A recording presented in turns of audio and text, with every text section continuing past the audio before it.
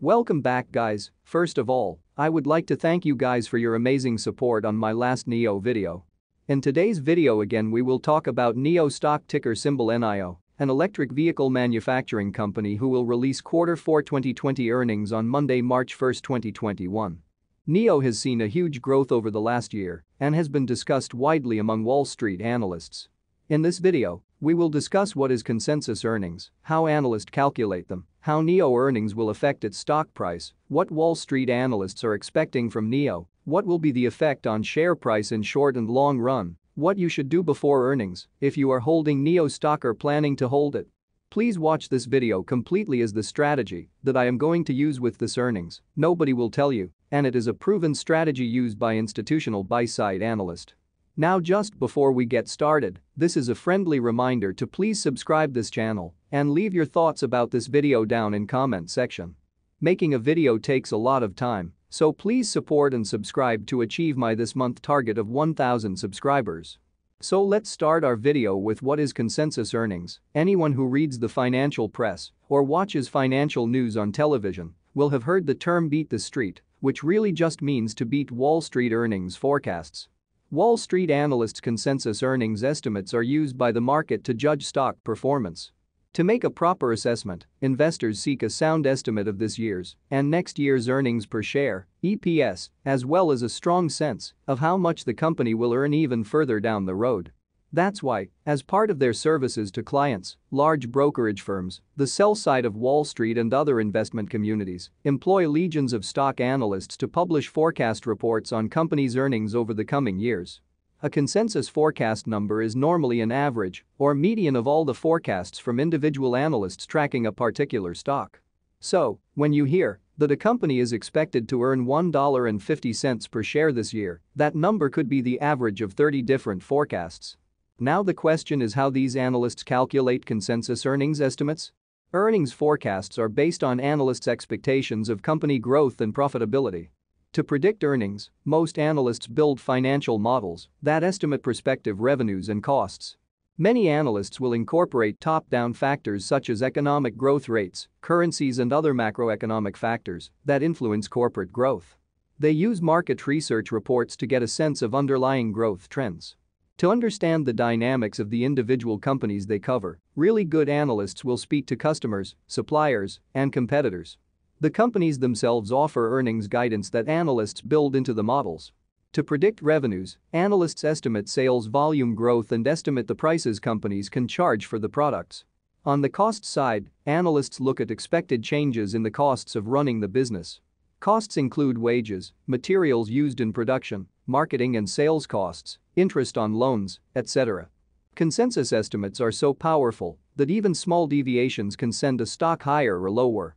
If a company exceeds its consensus estimates, it is usually rewarded with an increase in stock price. If a company falls short of consensus numbers, or sometimes if it only meets expectations, its share price can take a hit. With so many investors watching consensus numbers, the difference between actual and consensus earnings is perhaps the single most important factor driving share price performance over the short term. This should come as little surprise to anyone who has owned a stock that missed the consensus by a few pennies per share and, as a result, tumbled in value. For better or for worse, the investment community relies on earnings as its key metric.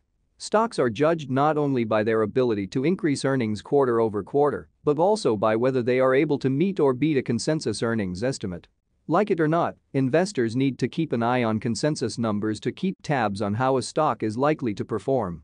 Next we will see what Wall Street analysts are expecting from NIO. These are the analysts' estimates for last year and next year based on their estimations. Now take a look at earnings estimates of fourth quarter 2020. They have an average estimate of -0.09, with a high estimate of -0.03 and low estimate of -0.14. For the full year 2020, average earnings estimate is -0.6, with a high estimate of -0.46 and low estimate of -0.77, based on observations of 15 analysts. Over the last 2 years, NIO has beaten yearly EPS estimates 0% of the time and has beaten revenue estimates 100% of the time. But if we take a look at historical estimated EPS and actual earnings per share, NIO has beaten Wall Street analyst estimated EPS in all 3 quarters of 2020. First quarter, they beat EPS by 10.30%, second quarter they beat by 35.70%, and in last earnings reported by NIO beat EPS in third quarter by 11.80%.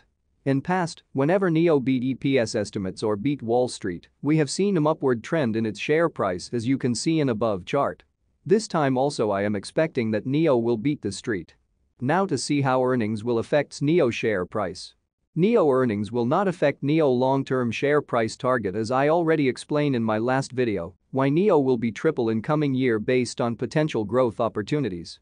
For short term, we will see a jump in price if NIO beat consensus estimates because investors will be happy to see NIO in profits or at least in break-even and will expect a profit in next quarter as NIO continuously giving good deliveries number month-over-months in 2021. Currently 11 out of 19 analysts are recommending buy for next 12 months, while only 2 has sell recommendation.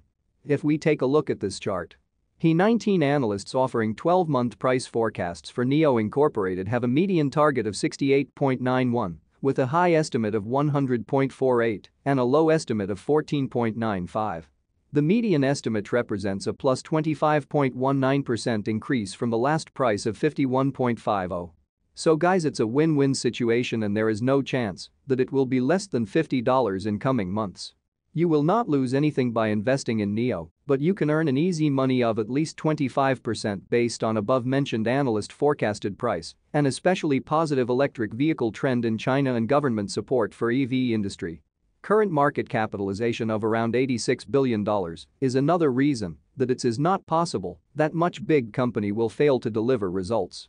Now to know how to trade on earnings catalyst, well, I am taking a full advantage of current dip and I added almost 4,000 shares in my portfolio during current dip as I am bullish on NIO for its long-term potential and you should also invest in NIO for long-term. Price is already low and I am seeing price will increase after earnings, but if any case earnings are not good and there is a panic sales by shareholder, take this as an opportunity and make your average dollar cost good and sit back and wait for at least 6 months. Believe me, it will give you a good return. For a long-term investor, there should be only one objective, and that is maximum total return after taxes. NIO is not going to stop, this will be their last earnings with negative sign, and after that they will be on profitable side. All of their last reported earnings are improving day by day, and from net loss now they are almost near to break-even. So, if you are a long-term investor in NIO then ignore earnings and hold NIO. One famous strategy to play with earnings is buying a straddle. Mean it same strike price buy a call and a put option.